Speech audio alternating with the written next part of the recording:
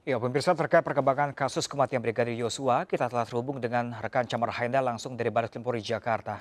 Selamat sore rekan Camar, ada informasi terbaru apa yang bisa Anda sampaikan?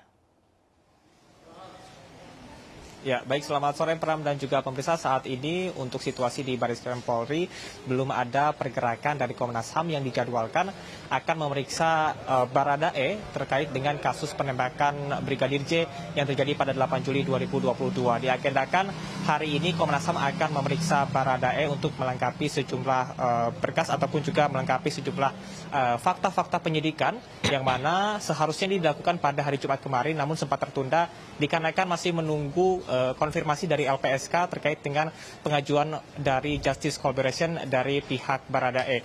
Kemudian juga Baris Krim Polri ini juga melakukan pemeriksaan di Magelang, yang mana seperti diketahui Irjen Pol Verdi Sambo beserta dengan istri dan juga sejumlah ajudannya ini sebelum bertolak ke Jakarta ini sempat berkunjung ke Magelang. Kemudian juga tim Lab 4 Polri beserta dengan Inavis dan juga tim Dokpol ini juga mendampingi pihak dari Komnas HAM untuk melakukan pemeriksaan di tempat kejadian perkara, tepatnya di rumah Irjen Pol Verdi Sambo, kawasan Duren 3, Jakarta Selatan. Dan hal tersebut dilakukan untuk mengecek adanya obstruction of justice atau adanya penghambatan dari penegakan hukum yang dilakukan. Dan apabila hal tersebut terbukti dilakukan, maka bukan tidak mungkin sejumlah pihak yang berkaitan dengan masalah ini akan dikenakan dengan pasal pelanggaran HAM.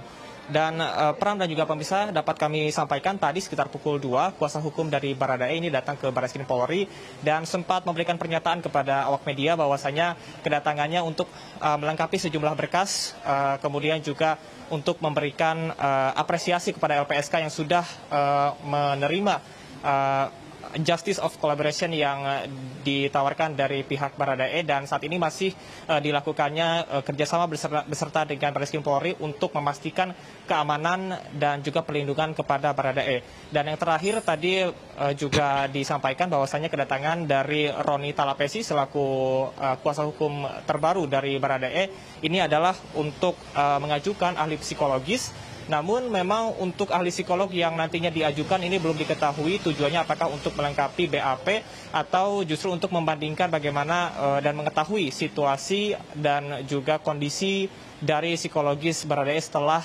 ditetapkan sebagai tersangka. Dan untuk Komnas HAM beserta dengan Baris Krim Polri hingga dengan saat ini masih belum bisa memeriksa Putri Chandrawati yang dikabarkan hingga dengan saat ini masih belum stabil kondisi dari psikologisnya sehingga belum bisa dimintai keterangan. Namun second option yang sejak beberapa hari lalu ini akan diberikan apabila Putri Chandrawati tidak melengkapi dan juga tidak memenuhi panggilan serta tidak berkoordinasi untuk pemeriksaan yang akan lebih lanjut untuk mengungkap dari kasus ini, maka pihak dari LPSK ini mengindikasikan bahwasanya tidak akan memberikan perlindungan kepada Putri Chandrawati dengan tenggat waktu asesmen 30 hari ke depan ataupun 1 bulan ke depan. Kemudian untuk pemeriksaan dari Putri Chandrawati ini akan dilakukan oleh Komisioner Perempuan dari Komnas HAM beserta dengan sejumlah staf-staf perempuan yang memang ini juga disesuaikan dengan kondisi dari Putri Chandrawati yang sesuai dengan keterangan terakhir ini masih dalam kondisi terguncang ataupun juga trauma. Hingga dengan 1 bulan kasus ini berlalu, sudah ada 4 tersangka yang sudah ditetapkan.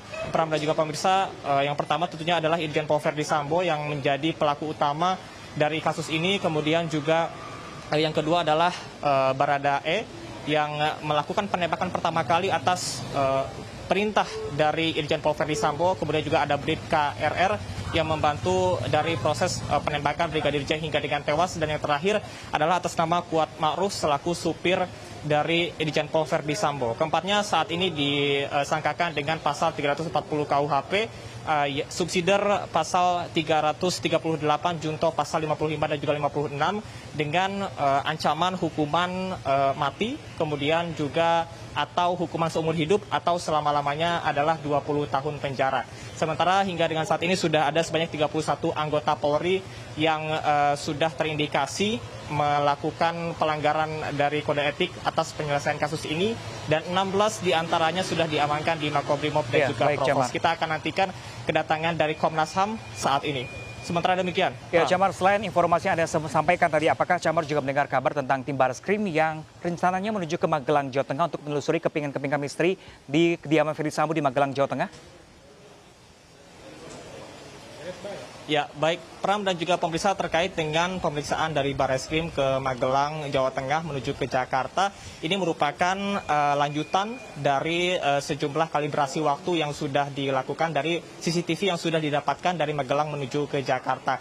Dikarenakan seperti diketahui, sebelum bertolak ke Jakarta, ini rombongan dari Irjen Pol Ferdy Sambo beserta istrinya Putri Chandrawati, kemudian juga sejumlah ajudan lainnya ini bertolak dari Magelang, dan diharapkan akan adanya penemuan dari fakta-fakta baru untuk mengungkap kasus ini, apakah betul adanya permasalahan yang terjadi ataupun pelecehan yang dilakukan oleh almarhum Brigadir J. Ini merupakan keterangan terakhir dari Irjen Pol Ferdy Sambo sehingga yang membuat ataupun alasan dirinya menembak Brigadir J di Jakarta. Tentunya kita akan nantikan hasil dari Barreskrim Polri yang saat ini juga melakukan pemeriksaan di Kota Magelang. Pram. Ya, baik, Camar Haenda melaporkan langsung dari Barreskrim Polri. Kami masih akan menunggu informasi terbaru dari Anda dan selamat bertugas kembali. Ya, pemirsa, 2 laporan yang masuk ke aparat kepolisian dengan terlapor Brigadir Yosua terkait pelecehan seksual dan percobaan pembunuhan dihentikan karena tidak ditemukan peristiwa pidana. Hasil pemeriksaan Komnas HAM, tersangka Irjen Ferdy Sambo menyebutkan sempat terjadi komunikasi antara tersangka dan istrinya yang mempengaruhi peristiwa pembunuhan.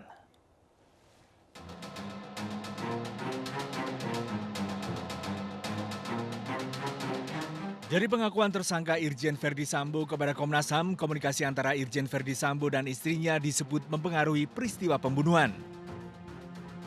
Komnas HAM tidak merinci komunikasi seperti apa yang membuat Irjen Ferdy Sambo menjadi emosi hingga membunuh Brigadir Yosua. Rekaman video berdurasi 1 jam terkait komunikasi di Jalan Saguling 3 tersebut telah didapatkan Komnas HAM. Komnas HAM juga mengkonfirmasi ancaman terkait peristiwa di Magelang dalam percakapan Brigadir Yosua dan kekasihnya Vera Simanjuntak. Apa yang terjadi di Saguling? Jadi kita punya waktu di Saguling itu ada satu peristiwa yang kalau dalam rekaman video yang kami dapatkan, dalam rekaman raw material yang kami dapatkan lebih dari kurang lebih 1 jam gitu ya, yang itu yang kita juga tadi tanyakan. Apa yang terjadi dalam peristiwa itu?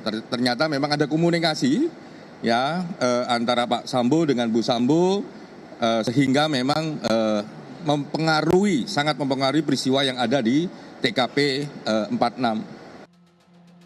Sementara itu 2 laporan yang masuk terkait pelecehan seksual dan ancaman pembunuhan dengan terlapor Brigadir Yosua telah dihentikan. Kedua perkara yang dilaporkan dinilai tidak ditemukan tindak pidananya. Kan sudah terjawab di LP yang 340 ya. 340. Kalau kita pun mengatakan ada motif terkait dengan kasus ini kan terjadinya di Magelang bukan di Duren 3. Oke, cukup ya. 2 laporan tersebut sebelumnya dilayangkan ke Polres Metro Jakarta Selatan dengan pelapor Putri Chandrawati. Laporan ini disebut sebagai bagian dari obstruction of justice atau penghalangan proses penyidikan. Tersangka Irjen Ferdy Sambo juga telah mengakui ia sebagai pihak yang paling bertanggung jawab terhadap hal tersebut. Sementara Irsus Polri telah memeriksa seluruh personel yang terlibat, termasuk personel yang menerima 2 laporan tersebut. Lalu bagaimana selanjutnya nasib Putri Chandrawati sebagai pelapor kasus yang ternyata tidak ada peristiwa pidananya? Dari Jakarta, Tim Liputan iNews melaporkan. Sementara itu, pemirsa, jumlah polisi terseret sandiwara pembunuhan yang dibuat oleh Ferdy Sambo terus bertambah.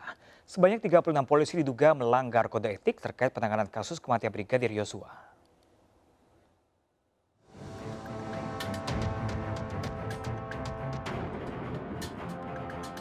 "36 polisi dinilai tidak profesional menangani kasus kematian Brigadir Yosua. Mereka diduga terlibat menghilangkan barang bukti hingga menghalangi penyelidikan kasus. Dari jumlah itu sebanyak 16 diantaranya mendapat sanksi kurungan atau penempatan khusus, 6 diantaranya ditempatkan di Makobrimob. Mereka adalah Brigjen Hendra Kurniawan, Karo Paminal Divisi Propam Polri, Brigjen Beni Ali, Karo Provos Divisi Propam Polri,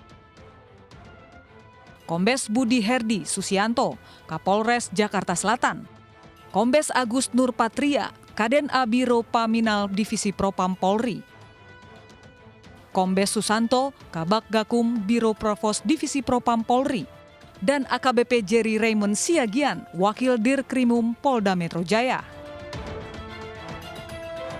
Puluhan personel polisi yang terseret sandiwara Sambo tak hanya terancam sanksi etik, namun juga sanksi pidana. Ya, selesai pemeriksaan langsung ditempatkan di tempat khusus di Makobrimob. Ya, tadi sudah dikirim. Jadi sore hari ini ya. Sore hari ini ya, pangkat AKBP sudah dikirim langsung ke Makobrimob. Untuk update lebih lanjut, dari Itsus tetap masih melakukan berbagai macam pemeriksaan para saksi-saksi ataupun terperiksa lainnya. Ini masih dilakukan pemeriksaan. Apabila diketemukan pelanggaran pidana yang nanti akan diserahkan kepada Pak Dirpidum. Sebelumnya dalam konferensi pers penetapan Irjen Verdi Sambo sebagai tersangka, Polri mengakui pengungkapan kasus kematian Brigadir Joshua sempat terhambat karena pelaksanaan olah TKP yang tidak profesional. Tim Liputan iNews melaporkan. Ya pemirsa, kami masih akan segera kembali sesaat lagi untuk Anda. Tetaplah bersama kami.